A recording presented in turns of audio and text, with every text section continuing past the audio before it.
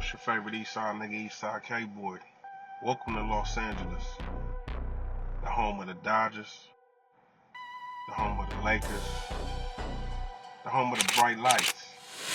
But right in the heart of the city, right in the melting pot, you got the Bloods, you got the Crips, you got the Hoovers, and you got the Essays. You got prostitution.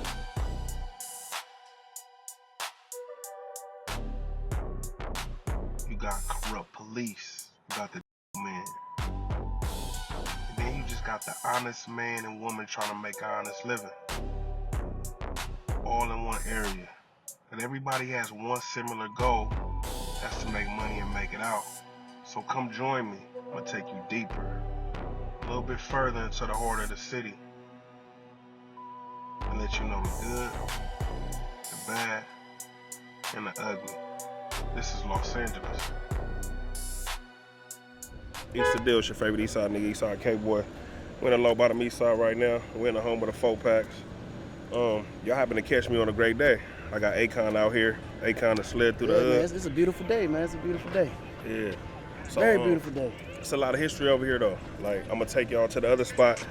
It ain't just the streets and the gang shit. 41st and Central, that's where the first Black Panthers was at. And that's right here in my neighborhood where we grew up at. And then I'm gonna show you where the Dunbar Hotel is now, the Dunbar Apartments now. That's where all the black people was here first. You know what I mean? They couldn't go on the other side. That's when the world was full of racism. Folks, man. Yeah. Show them this history, man. Nah, yeah. So right here, we just on the block. Right now, we finna shoot this video. We're on the block. This home though, you know what I mean? 42nd Street, 43rd Street, 48, off of 48th Street. You feel me? We outside. East of Deal, you know it's the heart of the city. I'm the heart of the city. So I have to take a trip to West LA. My Mansfield niggas. My nigga T Money right here. Nigga Lil Bear, everybody. He gonna tell you the story about the Mansfields. I am your favorite Eastside nigga, Eastside K-Boy, but welcome to West LA. I'm gonna tell you how I started from when I came around, but we was hustlers first. That was before my time, you know what I'm saying? I'm gangster Crip. That started with these youngsters back here now, but back in the day, we really pushed that line, fly crippin', because the homies was pushing felines, you know what I mean? And Sergio Dakini, and like that. We was the first niggas jumping out of Benzes, putting work in, you know what I mean? Kind of changed the game on the west side, you know what I mean? We was known for getting money. Money, feeling hoes, like he said, money first. Money, fame, and glory, you dig what I'm saying?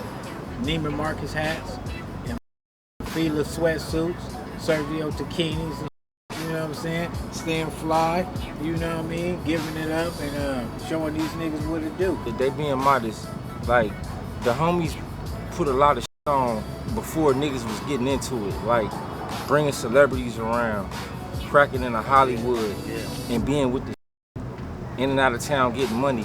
Like, it was really the Mansfields first doing this at a high level. Niggas know the set was kind of like influential for that. Growing up over here was, it was cool, man. It was, this the west side, and other niggas from other hoods and shit, that's like where K-Boy is from, and other niggas, they look at us like the rich Crips. They like, y'all niggas is bougie Crips and shit, but this is where I grew up at, man. This is the Minister Society store right here. This is where coming in the store when I was young. None of this was here.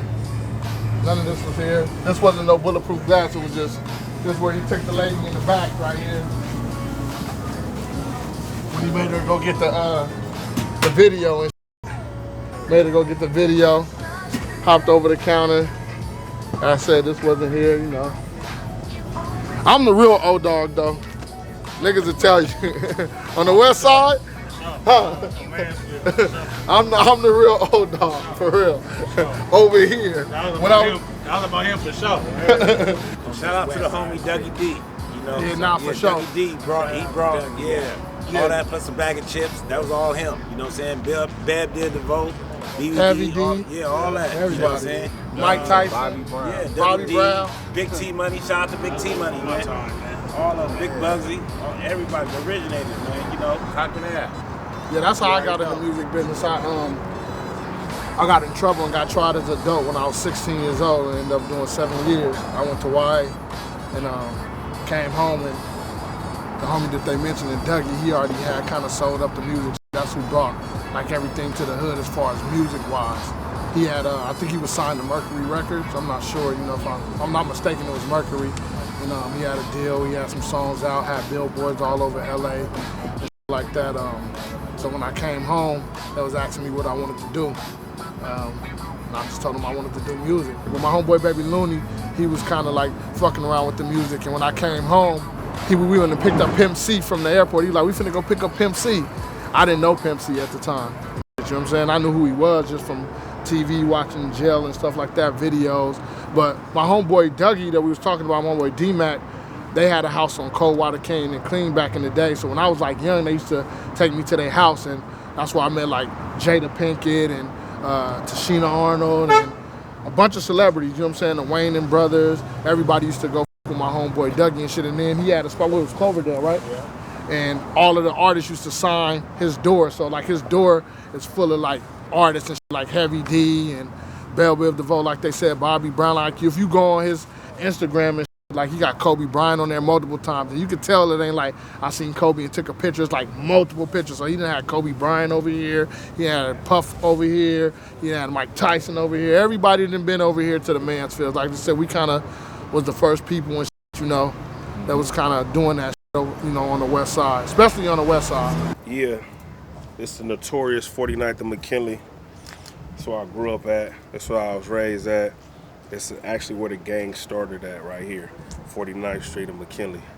You feel me? So, man, this is history. My granny had owned this once upon a time. I mean, she passed away. Family sold it. But it's got a lot of history right here. Me, my older cousins, my brother, my little cousins, we all ran right here. My mom ran this side with my step-pops. They had ran this side of the property. Man, this is just, I love growing up right here, man. This was just beautiful. Rest in peace to Chong. I had talked about him earlier. That was like my big brother, but he was a big homie though. He taught me all the rules and regulations to this street life in a positive way though. He said never bring it around your parents, never bring it around your home. Get money is the #1 objective. Get money and spread that shit out through your community and your family. Chong always taught me that. So I live with that. That's why I'm always trying to get back to my community. I'm always trying to show my homies better things and a better life. Like it's more to life than just this street shit. But 49th Street, man. 49th Street, 49th Place, 48th Street, 48th Place, McKinley Avenue, Wadsworth, Central, Stumping Grounds, man. Shout out to Miss Pat. That's the homie Chong mom. She is the east side right here. Like, everybody love her. I don't give a fuck what side you from. Our side, the other side, Blood, Crip, everybody love Mama Pat. So shout out to her. I'm gonna see if she has one. G.I.P. Chong, one of the faces of this whole east side right here. This nigga made a difference in my life and other homies' life.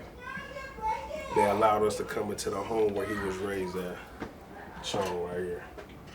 G Chong, aka Big Rolex. My name Tommy K. Y'all follow me on the gram at TIO.TommyK. You know what's going on, man. Big teared off shit going on, man. For real. It's my auntie shit. So all my peoples right here. These are my peoples right there. It's my grandpa, he been doing music. That's my grandpa George right there in this picture. He used to be traveling, doing all that. You know what's going on. Fair. It's my granny right here. It's my cousin. It's my auntie. Man, my big cousins was in this house. I was raised by all my big cousins in this house right here. My cousins still stay up in there. For sure. I'm gonna make it out for all of us. Brother Cook. Hold on, Brother Cook. Let me, All right. You good? East of where we're standing is Central Avenue. It is the fulcrum of black culture in Los Angeles. Again, as one growing up in LA, growing up on Central Avenue, I can remember a time when the hotels, the Clark Hotel, and several others were the stopping place for Count Basie Ella Fitzgerald, Bojangles Robinson. All of these people were the headliners and stars of the world, and they all came right here, a block from where we're standing now, and up and down Central Avenue. Before black people like migrated to the west side, this the east side. We call this side of the east side, the south central, but we call it the low bottoms. Black people wasn't allowed to be on the other side of the city just yet. You know what I mean? That's when the white people was. That's why people want to know why was it called South Central. I mean, this is south of Central. That's how it was. So all the blacks was south of Central. This is South Central Avenue. Yeah, so like the jazz festival go from right here to Central. This is our area, all the way up to Watts. They even do it in Long Beach now. But Central run a long way. Central stretch a long way. So all this was nothing but black people, black businesses, black families. Everybody was doing cultural things and everybody was unified. Before all the gang banging and everything started, this was the hub for black people. They couldn't perform, and even when they did perform, they said they had to house them here. Like all the black people have to be housed here at the Dunbars. So this is a piece of history. And even this is 42nd and Central, but even when you go a block up, Go back to Black Panther. 41st and Central, it's a documentary called 41st and Central. That to tell you about the first Black Panthers right here. This shit just make you just want to live more and do things more and be a part of it, like for real. Like all the gangbanging shit, that should be like whatever. Like we came got up that everywhere now. Yeah. That's global now. Yeah, That don't really mean we came up in that, so it's like I don't even like saying being a product of your environment because you can't choose otherwise. But it's like majority of us, we grew up together. We all grew up together, calling each other brothers and cousins and all that. So everybody was doing the same really thing. built a bond with your homeboy. Yeah, so. As far as like how it was back in the day, you slide down Central, you would catch somebody walking down Central, Mando. For sure you gonna catch a homie walking down Central. We probably like 20, 30 thick walking down Central, all young niggas, not even old homies, it's just all young niggas. So you feel me? Like, we hanging off the second story of the buildings type shit, like just sitting on it used to be like a little ledge, so we all sitting on the ledge, ops trying to slide by, we banging on ops on Crips. It used to be cracking, like, you feel me? And it never get back how it was, but it's kind of like for the good because, you know, shit, you want something new for the new generation. You want them to have a chance to have a different life than what you had. Gentrification ain't bad, and I wouldn't say that's what happened to the hood, but it's just like, niggas more cameras. Niggas just really start realizing niggas getting booked for this shit. You feel me? And if you want to lose your life behind this shit, you can. But it's like, man, you making that decision to really get out there. And then once you get out there, you going to be out there by yourself. Niggas ain't going to really, you feel me? Be there to put no money on your books. Niggas ain't going to look out for your baby mama like that. It's going to be certain homies that do that for you. And you going to see that like, damn, out of 50 homies, man, I probably only got really 10 that ride for me. And that's why, like, a lot of this shit fucked up because there's not a lot of love how it once was. You feel me? So that's all I can really say that really implement as far as like how the banging ain't how it used to be. Like, it's just the love ain't really there how it was. It was more unity. So niggas was more banged out. Hey, it's just the difference of being out here and being in other states. You feel me? Like being in other states, you can be able to see another black man amongst the streets and be able to be like, what up? You feel me? Without banging on them and shit or having to figure out what they tattoos mean. Being out here, you gotta really like mean mug a nigga and be like, check your surroundings and keep your head on the swivel.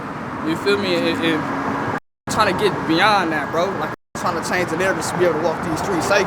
Don't f up the community for everybody else that's trying to be out here and really trying to live. Cause still got kids trying to make a home too. Still got bills that need to be paid. A lot of niggas ain't got that. A lot of niggas ain't got no priorities, no responsibilities at all. So they don't really know what life really mean. You feel me? So you feel me? No purpose. On the gang, niggas out here living with no purpose. Like how bro said earlier, you just gotta find your purpose. And when you find your purpose, you know, Nip said that best too a lot of times, you know what I mean? You gotta find your purpose, bro. You gotta live for something else. You can't really live for yourself no more. You gotta live for the next generation. If you got kids, you gotta live for your kids. So that's what we pushing over here. A lot of people didn't want to be brought up in violence. They just was brought up around it. Then you don't really got no choice but to get in it. If you see your homie laid out in the street, what you gonna do? You feel me? And this is who you was rolling up woods with every day with. You know, y'all piecing up. Sometimes he got 250, you got 250. Y'all buying $5 sacks. You know, we got 2 blunts. We about to go to the park smoke. And you see him, you know, laid out. I mean, out of aggression and anger, you gonna want to do it up too. You feel me? It's just a natural nature. You feel me? The majority of us, like all black men, we all in survival mode. So when you're in survival mode, you do those type of activities all the time. We gotta start living more. Most of us not living, we surviving. So if we start living, the outcome gonna be different. The outcome gonna be better, and it's gonna be more prosperous. But we all in survival mode. You know what animals do when they in survival mode? Kill or be killed. You got communities where don't nobody know nobody. You okay? Yeah. Oh, you know such and such? Nah, I don't really know him. Like this community, nigga, we know everybody. Like you know what I'm saying? We a tight knit community. You know what I'm saying? So if you don't know him, you done heard of him. You know what I'm saying? So that's all I gotta say, man. I'm just proud of where I come from, man. That I can still walk these streets, and there's some good dudes out here, and some stand-up dudes that's gonna take care of business if his business need to be taken care of. Once again, I'm proud of all my homeboys, man. You know what I'm saying? I tell this every day, every time I talk to him. And we don't be together every day, and we not like that, but when we pull up, nigga, it's like we just got through talking yesterday. I ain't seen this in 6 months. I tell that nigga, keep doing it. He was ready to give up. I said, you ain't finna give up, nigga. What you mean, nigga? You finna keep doing it. He like, man, I'm getting old, LT. So what, nigga? You gonna get old? And you gonna keep doing what you do, nigga. You look good, keep up the good work. Same thing with baby moving. The same. I tell them the same thing, man. Keep up the good work, man. Don't worry about what's gonna go wrong, nigga. Worry about what's gonna go right. Right here, this block is monumental from the area, 46 and Central. The homies used to kick it right here. You know, like I said before, we not glorifying no gang activity, but I'm from 48 Gangsters Crib. Y'all know I'm from 48th Street. It's the 4-pack, 4 dudes, 4 trade, 48. But this is a known hangout for the 48s. My brother Lil unfortunately got killed right here, 46 and Central. So this block means so much more to me just in the hangout. You know what I mean? I feel like my brother's soul is still right here. So, you know, rest in peace, Lil Suge. That's who I do it for. It was just a brotherhood right here. I'll take y'all to where it first started at, like as far as the 4-8s. I'm from the McKinley side, that's across the way. So McKinley and 49th, that's where realistically where like the 4-8 started.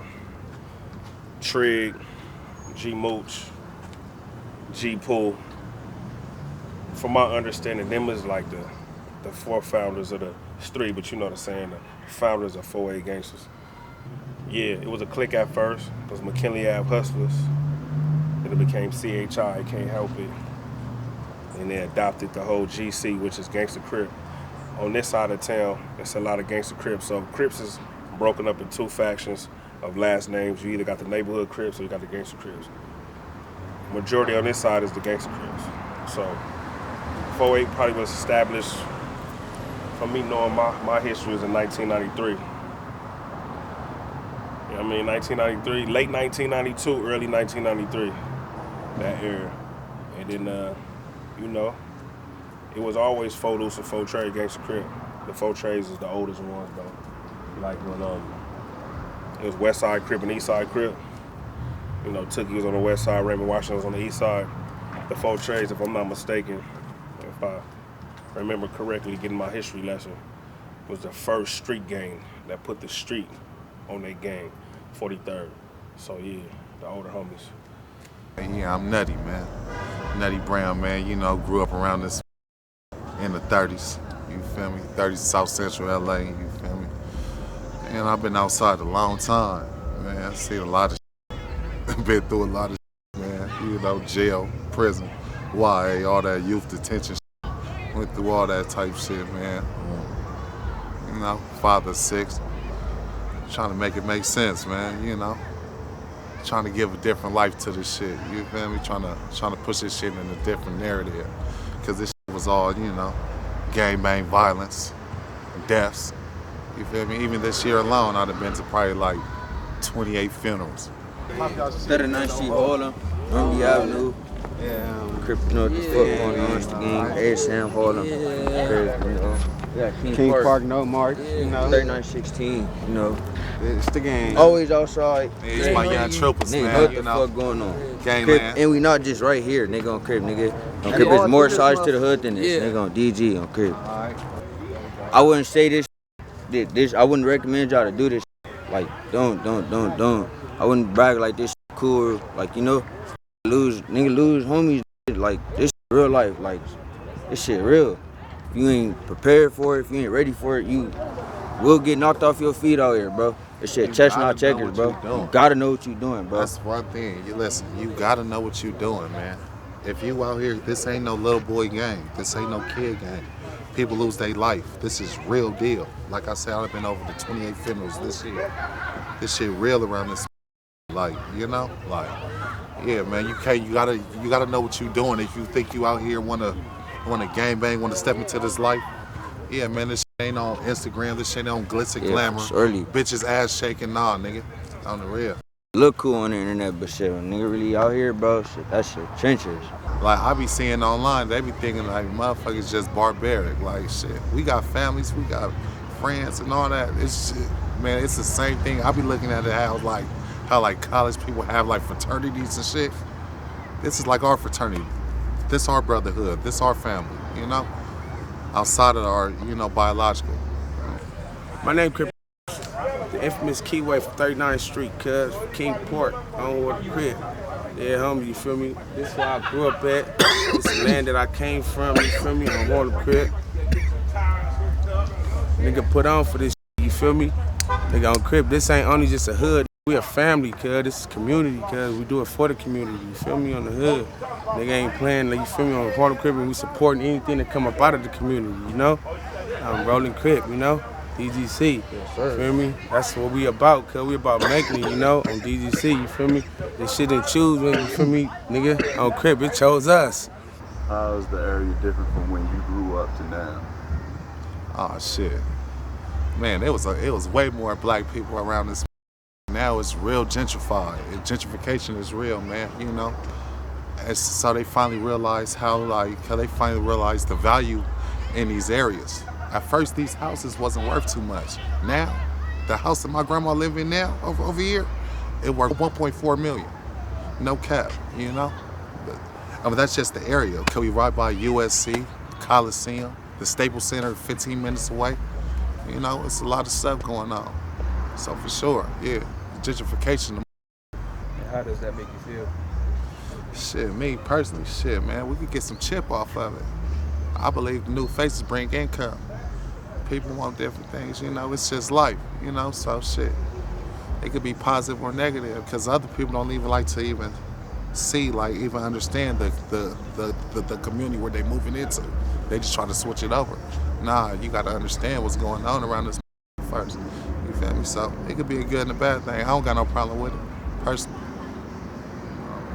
It's a lot of positive things in our community too, man. You know, youth, coaching, football, basketball, baseball. You see the diamond right there. You feel me? So, you know, we just, man, and born on, and raised. And on Hard Crip. Born and raised. My nigga's a coach. You hear me? A cold coach, man. Bring y'all youth to me, man. 12U, 11U, 10U. Bring them, man. We got a right here who's a legend. Right here, a living legend of what we talking about right now. Came from the trenches, and look at him now. KBZ on the Dead Homes, a lady of death, and I appreciate you. You feel me? And I salute everything you doing. On Hard. You feel me? Like that. My name is Teresa, but everybody call me Girl Blue. Don't call me Teresa. No, my name Girl Blue. I'm from Rolling 30s, 3-0. I've been around here all my life. This little Girl Blue, it's the only 1 and 2. I mean, this is Westside Rolling 30s. We just been around here. We've been putting in our footwork, you know what I'm saying? What I do for a living, I am a SUD, which is a substance use abuse counselor. Being a SUD, it's not even just Skid Row because our homelessness has been pushed back into the community. Doesn't matter if it's the suburbs or right here in the hood or whatever. It's sad to watch because me growing up, I never seen so many people that's homeless. And also we have a lot of war vets and everything that we have with different type of mental health issues. So Skid Row is a mix of people that's really just looking for help. My name's Zero. I'm 25 years old. I'm from Atlanta, Georgia, but I've been out here in Cali since like 8th grade. I've been homeless in LA for like roughly 2 years now. It's not the easiest, but it is what it is, you know. I got addicted to fentanyl when I was roughly like 20 years old. I was in the Navy when I got addicted to fentanyl. I came home on leave and I got my friend, he told me to try one of these pills. I tried one of the pills and then I went back to Japan where I was stationed, and then when I got back out the Navy, I just had like an itch for it, you know? So when I came back home, I just was like, I need to get me some fentanyl. And I started on the blues, the M30s, that's where it started off at. And then the addiction just grew over the years, you know? Just kind of like couldn't, you know? I tried to go with family, stay with family, it wasn't working, you know? I kept doing the wrong things and shit. The addiction kept just pulling me down. And my mom, she offered me to come stay with her in hotels and shit. Well, then my mom passed away last year, September 31st. So then that's when like the homelessness started like really hitting me. Like I was just outside, you know, no more hotels or nothing, just like on the streets. My mom was one of the biggest reasons to fight my addiction, and she always pushed me to be sober. And when I lost her last year, man, that shit really hurt, you know? It hurts, it touches home when you don't get to hear mama in your ear no more or telling you, you know, like, baby, don't do that, you know? When that's out of your life, when you remove that out your life, then you realize you can't rely on other people. It's just you know? So you need to listen to your parents while they're here. And if you don't have any parents, there's somebody in your life who's telling you something right to do, or you know how to do it the right way. So listen to your elders and just listen to the people who try to guide you towards the right things, because those are the people who are gonna lead you to the light, you know? Because it's dark out here, man. Struggle, man. We go through life with that. Yes, sir. You know what I'm saying? That's one of God's pet peeves, you know what I'm saying? So you got to learn to live with it. You know what I'm saying? Figure it out. When you spill the milk, you clean it up. It's the bottom line. You know what I'm saying? But a lot of these people down here, man, they depend on a lot of things. And it's sad because they don't give themselves a chance, you know what I'm saying, to find your gift. God gave every human being on the face of this earth some kind of gift, man. Find it. Hi, how you guys doing? I'm Kiki. I've been out here for a good, going on a year. I'm 19. Out here it's a little crazy. It's a little crazy out here, but shoot. My crazy experience is literally right on Fig 2. I got hit by a car. He was like, get your minor ass off the blade. I'm like, who's a minor?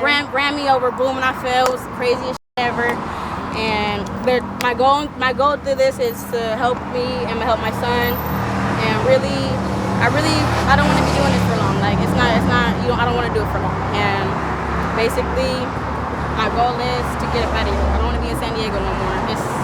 It's cool for a good little time, but for a minute, nah. Yeah, but that's my little story.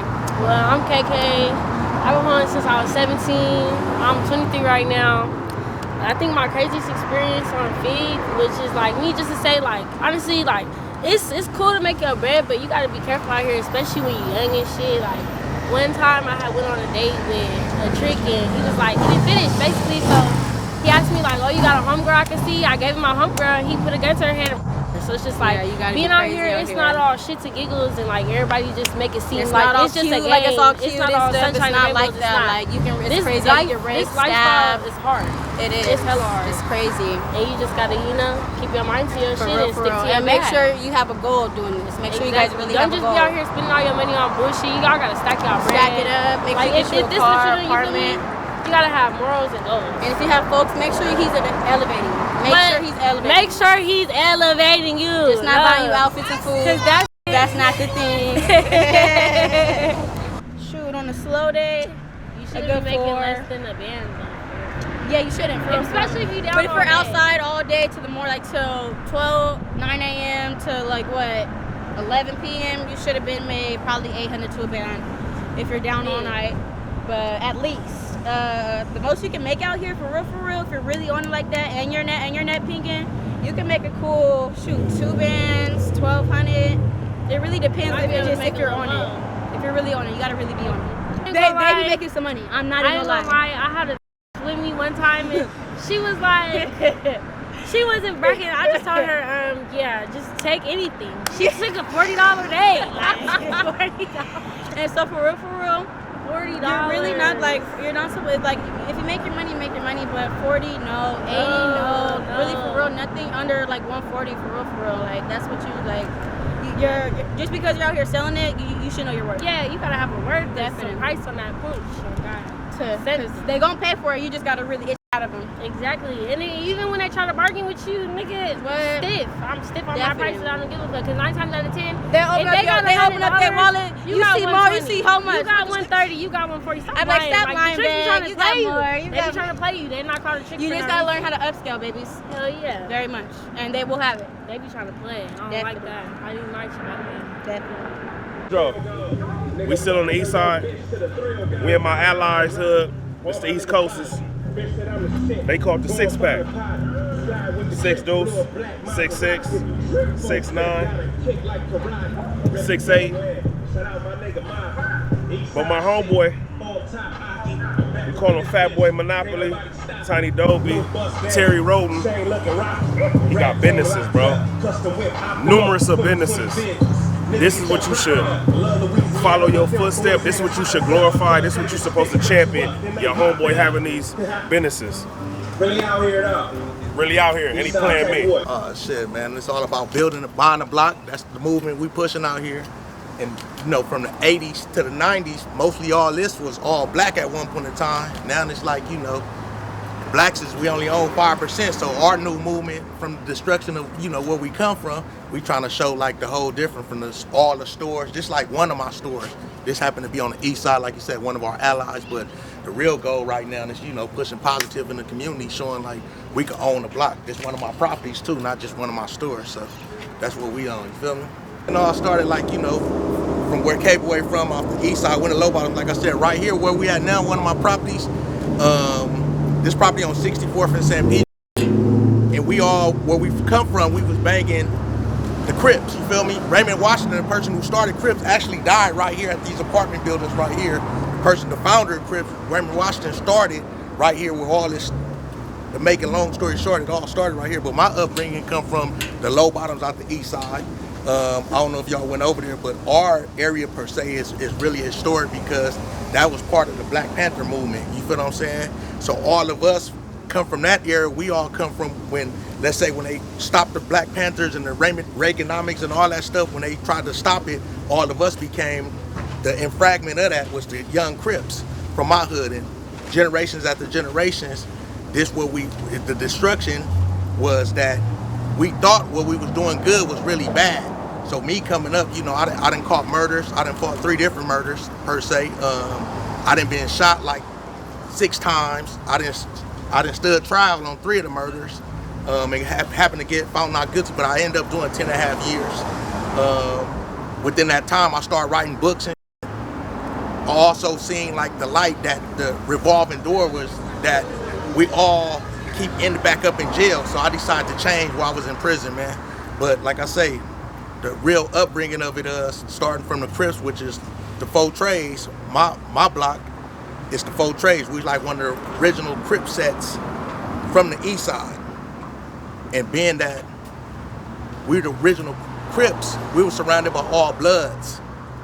And with it being surrounded by all bloods, you inherit the beefs, you inherit the nonsense, and not knowing coming up that it all revolves around nothing, we inherit that war per se that captured many lives. And I was just happened to be one of the persons that stood up on the business of let's go to war, but in reality, after going to go sit down all them years, I decided to change and say like, look man, we killing each other for what? We don't even own nothing on the block.